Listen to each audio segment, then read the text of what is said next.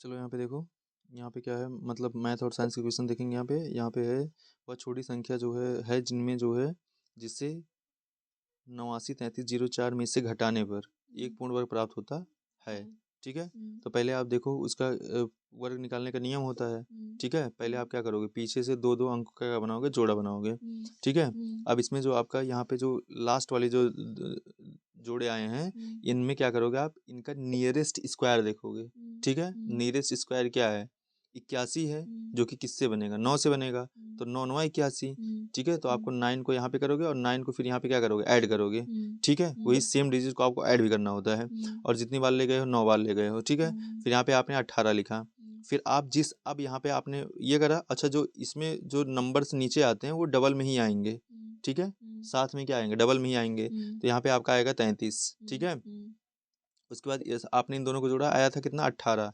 अब जो आप मतलब आपको ऐसी संख्या यहाँ पे रखनी है।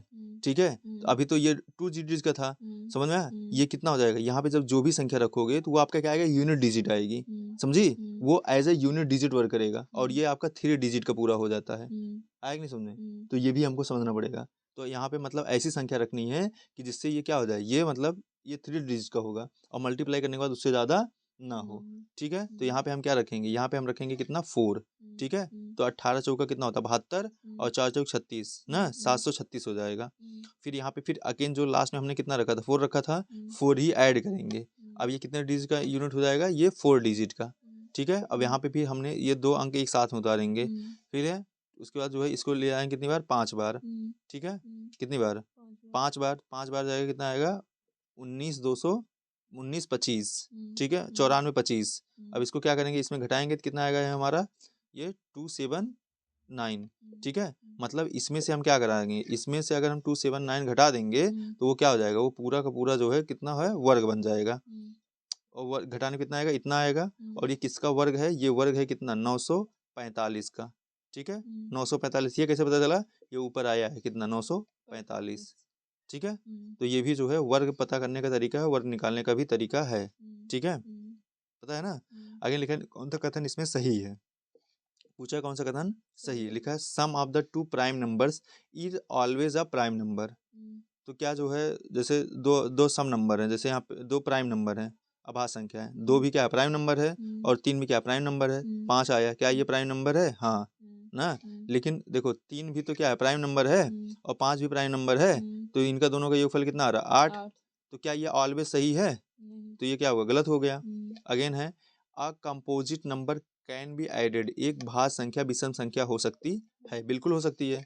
9 क्या है, एक भाज्य संख्या है, और जो कि क्या है, विषम संख्या है, तो ये भी स्टेटमेंट क्या है, यही स्टेटमेंट क्या है, सही हो जाएगा। ठीक है, नहीं समझ में आया। और यहाँ पे लिखा है यहाँ पे हो गया कौन सा कथन सही है, एक composite number can be odd, एक भाज्य संख्या विषम संख्या हो सकती है, बिल्कुल सही है ना। लिखा है कि 2 is the only even prime number, कि जो है 2 एकमात्र सम अभाज्य संख्या है, ये भी स्टेटमेंट क्या है, सही है, दोनों सही है। And 1 is the smallest prime number, ये क्या है, गलत है, क्योंकि 2 ही क्या है, सबसे स्मॉलेस्ट और इवन है। यहाँ पे ये 2 स्टेटमेंट क्या सही है, 2 एंड 3 क्या सही है। ठीक है, 2 एंड 3 कहाँ है साथ में, ये है बी वाला, समझ में, तो समझ में आया कि नहीं, हाँ ये चीजें हैं। ठीक, अगेन यहाँ पे है नेक्स्ट आपका जो है, किसी कक्षा में 2 सेक्शनों में 18 और 24 विद्यार्थी हैं। ठीक है, प्रायोगिक कार्य के लिए इन विद्यार्थियों को अधिकतम समान माप वाले समूह में विभाजित किया जाने वाले समूह की संख्या है। किसी कक्षा में 2 सेक्शन में 18 और 24 विद्यार्थी हैं। ठीक है, लिखा है प्रायोगिक कार्य के लिए इन विद्यार्थियों को अधिकतम समान वाले समूहों में विभाजित किए जाने वाले समूह की संख्या है। तो 18 24 कितना होगा, पहले ये 8 4 12 2 और 2 1 3 1 4 42 होगा। अब ये कहा जा रहा है कि इनको मैक्सिमम कितने जो है समूहों में बांटा जा सकता है। ठीक है, नहीं समझी, इनको कितने समूहों में बांटा जा सकता, कितने मतलब कितने लोगों के ग्रुप में। ठीक है, तो अगर 7 का करोगी तो 7 छक 42, नहीं समझी, 7 7 के कितने ग्रुप बनेंगे, 6 ग्रुप। आएगा नहीं समझ में, यही कह रहा है कि एक ग्रुप में हम मैक्सिमम कितने लोगों को रख सकते हैं, नहीं समझ में, तो बड़ा से बड़ा कितना हो सकता है, 7 हो सकता है। आएगा नहीं समझ में। अब जैसे यहाँ पे ऑप्शन में देखा जाए तो यहाँ पे क्या होगा, 7 होगा। ठीक है, वैसे तो हम 21 दूना भी 42 होता है, हम 21 भी कर सकते थे, समझ में आया, नहीं समझी, हाँ, बट यहाँ पे क्या है कि हमको क्या देखना है, बड़ा से बड़ा ऑप्शन के अकॉर्डिंग, तो यहाँ पे क्या होगा 7। ठीक है, समझ में आया? अगेन यहाँ पे है इसका मान याद करना था, ठीक है। अब पहले इसको आप कर लो, इसमें क्या होगा, इसको पहले सॉल्व करो। इसको क्या लिख सकते हो, इसको लिख सकते हो यहाँ पे जो है क्या हो जाएगा, ये 3 का स्क्वायर हो जाएगा, ये वाला है क्या होगा 3 का स्क्वायर माइनस ये क्या हो जाएगा 4 है, नहीं समझी। और यहाँ पे क्या है होल पावर क्या -2 है, तो ये कितना आएगा 3 त्रिक का 9, 9 माइनस 4 कितना आया 5, 5 माइनस कितना है 2 है, तो ये कितना हो जाएगा, इसको क्या लिख सकती हो 5 माइनस 2 को क्या लिख सकती हो, इसको लिख सकती हो 1/25, क्या 1/25, ऑप्शन बी क्या हो जाएगा करेक्ट हो जाएगा। आएगा नहीं समझ में? तो इस प्रकार से इसको हम कर सकते हैं ना, 3 स्क्वायर ये हो जाएगा, ये हो जाएगा ये, ठीक। अगेन यहाँ पे लिखा है कि if the sum of the 1.5 ये करा गया है, यदि 1.5 इंटू 10⁶ और 3.7 इंटू 10⁷ के योग को p इंटू 10⁹ के मानक के रूप में व्यक्त किया जाता है, तो 2p प्लस n का मान क्या होगा, ठीक है। अब इनका जब जो योग होता है, योग पहले इनको जोड़ो, तो इनको जुड़ेगा तो कितना आएगा बताओ, इनको जोड़ेंगे तो कैसे जोड़ेंगे, जैसे यहाँ पे लिखा है 1.5 है और गुणे कितना है 10⁶ है, ठीक है। और यहाँ पे क्या है 3.7 है इंटू 10 कितना है 7 है, ठीक है। अब पहले जुड़ने के लिए अगर हम गुणा तो कर नहीं रहे हैं तो जुड़ेगा कैसे, इनके लिए इसका पावर और इनका पावर क्या होना चाहिए, सेम होना चाहिए, क्या होना चाहिए, समझ में आया? नहीं समझी? हाँ, पावर सेम होना चाहिए, मतलब क्या कर सकते हैं हम जो है यहाँ पे इसको या तो इसको 7 बना लें, क्या बना लें 7 बना लें, तो जब इसको 7 बनाएंगे तो ये क्या हो जाएगा, देखो इसको जो है हम यहाँ पे लिख सकते हैं 3.7 इंटू 10⁷ है, यहाँ पे 0 भी तो बढ़ा सकते हैं, कोई दिक्कत नहीं है ना। अब इसको 1.5 को क्या ले सकते हैं, 1 मतलब 0.515 इंटू 10⁷ कर सकते हैं, कर सकते हैं ना, समझ में? अब इसको ऐड कर लेंगे तो यहाँ पे कितना आएगा, ये 10⁷ हो जाएगा, और यहाँ पे गुणे कितना हो जाएगा, ये 5 है और 7 1 8, तो कितना आएगा यहाँ पे 3.85 इंटू 10⁻7 ये आया। तो यहाँ पे p की वैल्यू कितनी आ गई है, कि p की वैल्यू कितनी आई है 3.85 आई है, कितना आया है 3.85, और यहाँ पे n की वैल्यू कितनी आई है 7, यही तो हुआ, नहीं समझी। अब इसको क्या करना, सॉल्व करना ना। अब यहाँ पे n बराबर क्या, यहाँ पे p की वैल्यू कितनी है 3.85, तो इसका दुगुना करना है 2 इंटू 3.85 प्लस कितना है 7, आया समझ में? दुगुना करो इसका, यहाँ पे 5 दूनी 10 के 0, 8 दूनी 16 1 17, 17 के साथ 3 दूनी 6 1 7 और प्लस 7 कितना हो जाएगा, तो ये हो जाएगा आपका कितना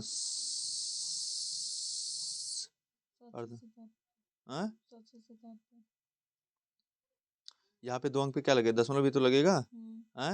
अब यहाँ पे क्या था 7 था, तो 7 7 कितना हो जाएगा 14, 14.7 आएगा, ठीक है। तो 14.7 तो ऑप्शन में नहीं है ना, तो यहाँ पे जो है 14 कितना आएगा 7 आना चाहिए ना, ठीक है। हाँ वो देखो 14.7 आया है, ठीक है। तो यहाँ पे लेकिन जो ऑप्शन जो है 14.1 दिया वो गलत दिया है, ठीक है, इसलिए इसको मूल्यांकन से क्या कर दिया था, बाहर कर दिया गया था। आया कि नहीं समझ में, आया कि नहीं समझ में? हाँ, आगे लिखा किसी समबाहु किसी समबहुभुज के बाह्य कोण और अंतः कोण का अनुपात 1.4 है, तो उस बहुभुज में कितनी भुजाएं हैं, ठीक है। तो ये देखो यहाँ पे होता है फार्मूला होता है, समबहुभुज का प्रत्येक बाह्य कोण क्या होता है 360 बटे क्या होता है n होता है। अब समबहुभुज का प्रत्येक अंतः कोण क्या होता है 2n - 4 इंटू n/9 होता है, ठीक है।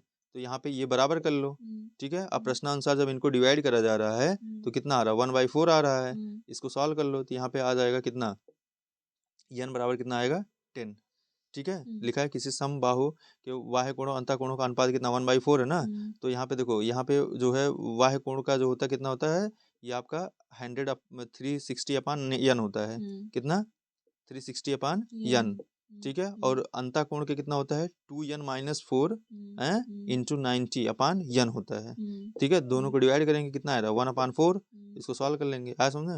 अगेन लिखा है कि यहाँ पे एक अष्टभुज में 8 सममित रेखाएं होती हैं, ठीक है। दूसरा है एक समबहुभुज में सममित रेखाओं की संख्या उसकी भुजाओं की संख्या क्या क्या होती है, बराबर होती है। इसमें पूछा कौन सा स्टेटमेंट सही है, इसमें स्टेटमेंट क्या है, बी सही है, A is false, R is true. कैसे शुरू है इसको देख लेते हैं। यहाँ पे है कि देखो इस प्रकार से ये होगा, अष्टभुज है, ठीक है, तो ये क्या होगा, सिमेट्री होगा। तो यहाँ पे सम अष्टभुज में 8 क्या है, सममित रेखाएं हैं, ठीक है। कारण है कि सम बहुभुज में सममित रेखाओं की संख्या उसकी भुजाओं की संख्या क्या होती है, बराबर होती है। अब यहाँ पे सम बहुभुज की बात करें, ठीक है, सममित रेखाओं में सम बाहु में त्रिभुज में 3 सममित रेखाएं होती हैं, वर्ग में कितनी 4 सममित रेखाएं, और सम पंचभुज में 5 सममित रेखाएं, ठीक है। इसलिए ए असत्य है और आर क्या है, सत्य है, ठीक। अगेन है, लिखित कथन विचार कीजिए। आर रेक्टेंगल आर स्क्वायर, सभी आयत क्या होते हैं, वर्ग होते हैं। क्या ये सही है, सभी रेक्टेंगल आर स्क्वायर सभी आयत वर्ग होते हैं, सही है। नहीं। सभी आयत वर्ग नहीं होते ना, ये तो आयत हो गया लेकिन वर्ग नहीं है। वर्ग होने के लिए क्या चाहिए, चारों भुजाएं बराबर होनी चाहिए और 90 डिग्री होना चाहिए, ऐसा समझ में। तो ये स्टेटमेंट क्या होगा, गलत हो गया, ठीक है। लेकिन सभी जो है वर्ग जो है आयत होते हैं, ठीक है। अब यहाँ पे लिखा है तो ये स्टेटमेंट गलत हुआ, ठीक है। अगेन यहाँ पे है क्या, अगेन है आर सभी समचतुर्भुज समानांतर चतुर्भुज हैं, ठीक है। सभी समचतुर्भुज क्या है, समानांतर चतुर्भुज हैं। And all square are not, सभी वर्ग समांतर चतुर्भुज नहीं है। All square are the trapezium, सभी वर्ग समलंब हैं। इसमें तो जो है यहाँ पे क्या है, डी वाला सही है, ठीक है। इसमें कौन सा करेक्ट है, 2 and 4, ठीक है। 2 and 4 आपका क्या है, करेक्ट है। सभी समांतर चतुर्भुज क्या है, ये है, और all square are the trapezium, ठीक है। सभी वर्ग क्या है, समलंब है, ठीक है, समझ में आया? तो इस प्रकार से जो है देखो सभी समचतुर्भुज क्या है, समांतर चतुर्भुज हैं, सभी वर्ग क्या है, समलंब है, सभी वर्ग आयत हैं, ठीक है, सभी वर्ग समांतर चतुर्भुज होते हैं, ठीक है। आगे लिखा है विभिन्न पर्चियों में 1 से 12 तक प्राकृतिक संख्या लिखी है, ठीक है। 1 से 25 तक की क्या लिखी है, प्राकृतिक संख्या। प्राकृतिक संख्या स्टार्ट कहाँ होती है, 1 से स्टार्ट होती है। इनमें एक बॉक्स में डालकर अच्छी प्रकार से मिलाया दिया जाता है। राज बॉक्स के अंदर से बिना देखे एक पर्ची निकालता है। इस पर्ची पर एक भाज्य संख्या होने की प्रायिकता क्या होगी, ठीक है। अब 1 से 25 तक टोटल कितनी भाज्य संख्याएं हैं, 1 से 25 तक की भाज्य संख्या क्या हो जाएगी, 1 से 25 से क्या है, भाज्य संख्या है, पहली भाज्य संख्या क्या हो जाएगी, बताओ। पहली भाज्य संख्या आपके यहाँ क्या होगी, 4 होगी, हैं। उसके बाद 6 होगा, फिर 8, 9 भी होगा ना, 9 भी तो कट रहा है, नहीं समझी। फिर क्या होगा, 10 होगा, फिर 12 होगा, फिर क्या होगा 14, फिर 15, फिर 16, फिर 18, फिर 20, फिर 21, ठीक है 21 है। उसके बाद 22, 24, 25 है, समझ में कितनी है टोटल, 3 3 2 5 2 7 2 9 2 11 12 13 14 है। तो ये इस प्रकार से हम क्या कर लेंगे, निकाल लेंगे, है। तो यहाँ पे जो है टोटल 15 हो जाएंगी, कितनी हो जाएंगी, 15 हो जाएंगी, ठीक है। यह 4 है, 4 6 8 9 10 12 14 15 16 18 20 21 22, काउंट करो कितना आएगा, 15 आएगा। कुल घटनाएं कितनी है, 25, तो 15 अपान कितना हो जाएगा, 25 आएगा, नहीं समझ में, ठीक है। तो हाँ, एक प्रकार से मतलब सबसे छोटी भाज्य संख्या कौन सी है हमारी, 4, समझ में आया, कंफ्यूज मत करना, सबसे छोटी भाज्य संख्या कौन सी है, 4 है, ठीक है, ये भी याद रखना।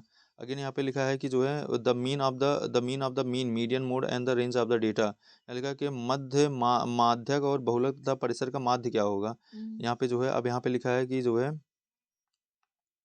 यहाँ पे माध्यक बहुलक तथा परिसर का माध्य क्या होगा, लिखा आंकड़ों के बढ़ते हुए क्रम में आरोही क्रम में रखने पर। तो यहाँ पे क्या होता है, यन जो है टर्म संख्या, तो यहाँ पे जो है यनवा पद, ठीक है, प्लस यनवा पद निकाला जाएगा, तो कितना आएगा, 4 आएगा। तो बहुलक कितना आया, 4, ठीक है, बहुलक कितना आया, 4। अब परिसर निकाला जाएगा, 13 - 1 हो जाएगा, कितना आएगा, 12, ठीक है, 13 - 1 जो है 12 आएगा।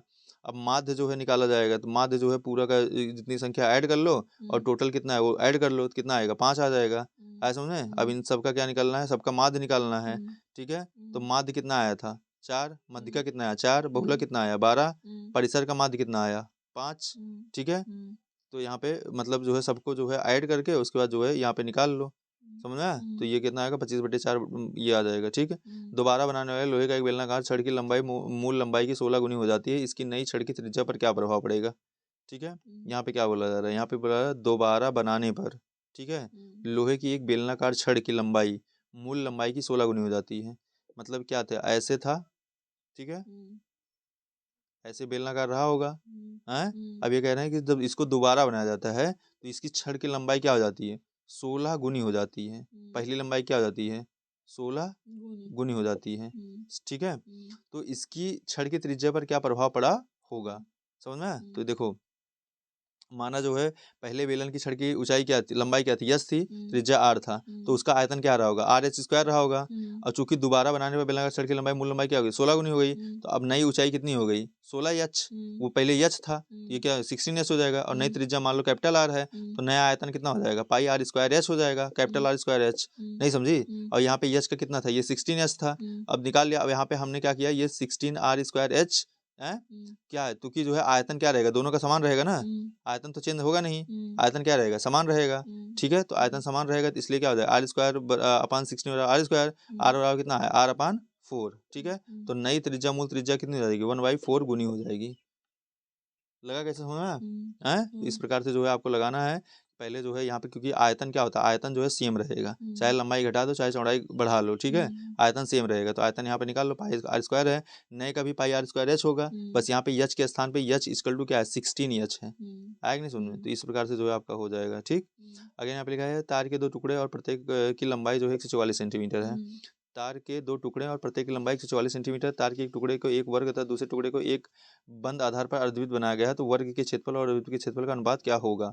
ठीक है, अब यहाँ पे देखो, यहाँ पे लिखा है तार है, ठीक है, तार 100 कितना है, 144 सेंटीमीटर है, इसका क्या बनाया गया, एक वर्ग बनाया गया। ठीक है, नहीं समझी? अब यहाँ पे क्या है कि ये जो है यहाँ पे आर, फिर तार का 144 सेंटीमीटर अर्धवृत्त बनाया गया।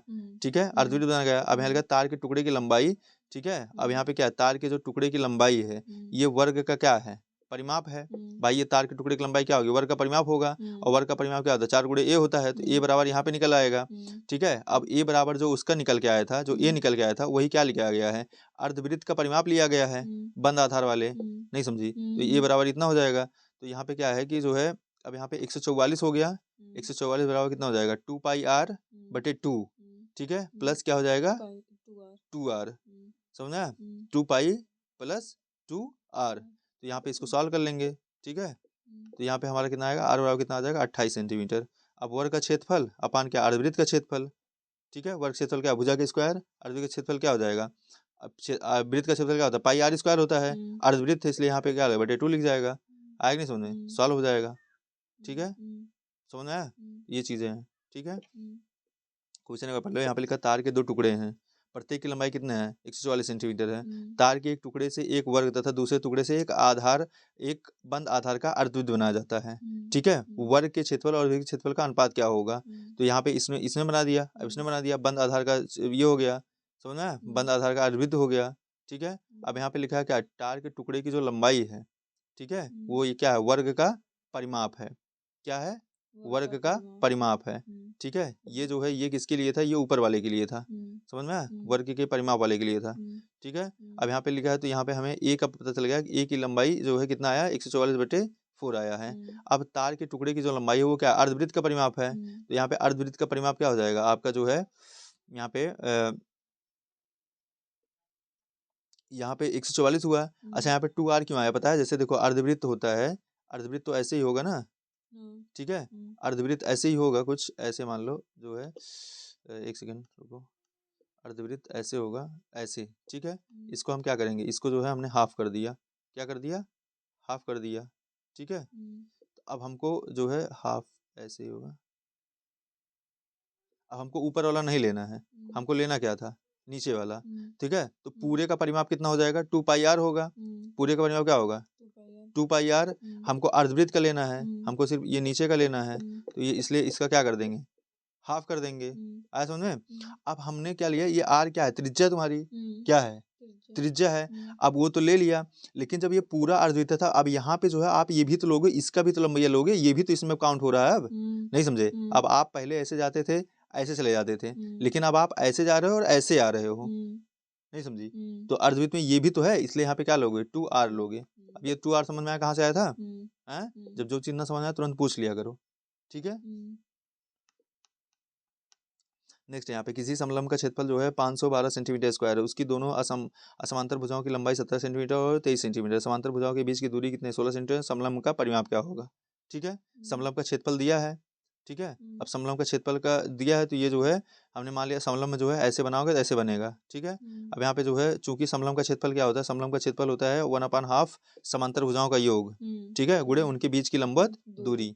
ठीक है। तो यहाँ पे जो है समांतर भुजाओं का योग और उनके बीच की लंबा दूरी देख लेंगे, तो जो है यहाँ पे निकल के आएगा। तो यहाँ पे और जो है यहाँ पे समलंब का परिमाप क्या होता है, समलंब की भुजाओं का क्या होता है, योग होता है। तो इस प्रकार से हम निकाल लेंगे उनकी भुजाओं का योग। a + b 64 आया था और ये जोड़ा था, तो यहाँ पे कितना आ जाएगा, 104 आ जाएगा।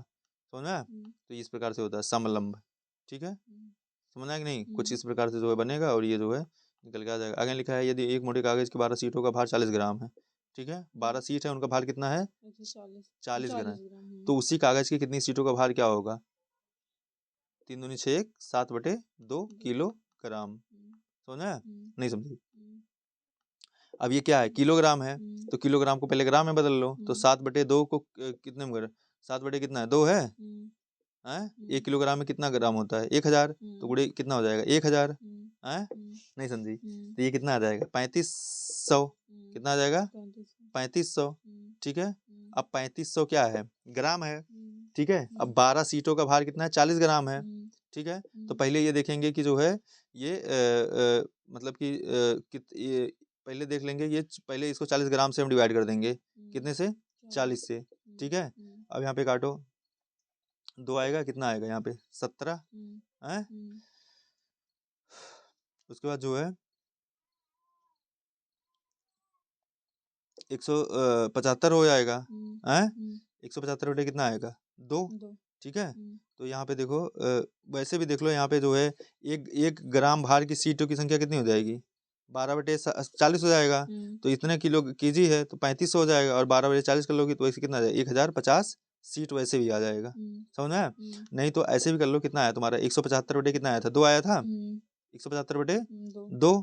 ठीक है, 175 बटे 2, और कितना हमको चाहिए, 12 सीट चाहिए। है, ये एक सीट का मतलब ये आ गया इतना ग्राम है, हमको एक सीट का हमको 12 चाहिए, तो इसमें कर लो, यहाँ पे कितना आएगा, 6 आएगा।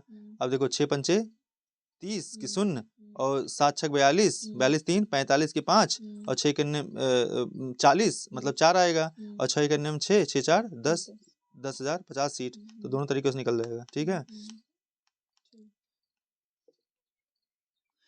नेक्स्ट यहाँ पे है कि यहाँ पे दिया है व्यंजक, यहाँ पे है व्यंजक के गुणनखंड है। तो इनका गुणनखंड देखने के लिए आपको क्या करना पड़ेगा, यहाँ पे जो है आप ऐसे लिख सकते हो, 25x² - 4y + 20x + ये कर लिख सकते हो। फिर यहाँ पे ये इसको लिख सकते हो, 25x² को 5x² का होल स्क्वायर, इस पर कर सकते हो। और ये क्या होगा, 2y - z का ये क्या होल स्क्वायर है। उसके बाद आप जो है ये a², ये एक ब्रैकेट में क्या होगा, ये a² है, और ये क्या है, b² है। ऐसे कर लोगे तो ये दोनों का जो है इस प्रकार से आपका निकल के आ जाएगा। ये अगेन लिखा है, यदि जो है 3m - 1/3m = 3 है, तो m = not 0, तो m² n अपान जो है इनका जो है वैल्यू क्या होगा। ठीक है, तो ये वैल्यू फाइंड आउट करना। तो ऐसे क्या करना, तो यहाँ पे जो है दोनों पक्षों में 3 से भाग देने पर आप 3 से क्या कर दो, भाग दे दोनों साइड जब 3 से भाग कर दो इतना हो जाएगा। उसके बाद इनका क्या कर दो, स्क्वायर कर दो। ठीक है, तो ओपन करोगे तो यहाँ पे इनकी वैल्यू कितनी आ जाएगी, 2 सही 1/9 हो जाएगी, 2/9 हो जाएगा। ठीक है, इसका भी गुणनखंड करना है, इसके पहले जैसे करा था वैसे सेम ही इसमें यहाँ भी कर लेना है, नो डाउट। उसके बाद यहाँ पे लिखा है कि जो है यदि ये जो है यहाँ पे पूछा है, यदि यहाँ पे 3x - 4/3 and plus 2x + 1/2 = x + 5/6 है, तो यहाँ पे 5x - 1/4 का मान है। तो यहाँ पे जो है ये वैल्यू निकालना है, तो जो है निकालो, इसको सॉल्व करो। इसका एलसीएम कितना आएगा, 6 आएगा। मल्टीप्लाई करोगे तो ये पूरा आ जाएगा, इक्वल टू इतना है। इसको सॉल्व करने पर एक्स वैल्यू कितना आ गया, 2 आ गया। 2 की वैल्यू उठा के रख दो। ये लिखा है यदि किसी समबाहु त्रिभुज ABC का एक शीर्षलंब AD है, और तो 4AD में किसके बराबर होगा। तो यहाँ पे जो है आप समबाहु त्रिभुज का शीर्षलंब AD क्या होता है, ये जो है √3/a होता है। अब यहाँ पे ये 4AD का स्क्वायर दिया है, तो यहाँ पे जो है आप वैल्यू पुट कर दो, तो यहाँ पे 3AD² क्या हो जाएगा, 3BC के स्क्वायर हो जाएगा। इस प्रकार से आप इसको भी निकाल सकते हो। ठीक है, तो आज के लिए इतना ही है फिलहाल। Thank you.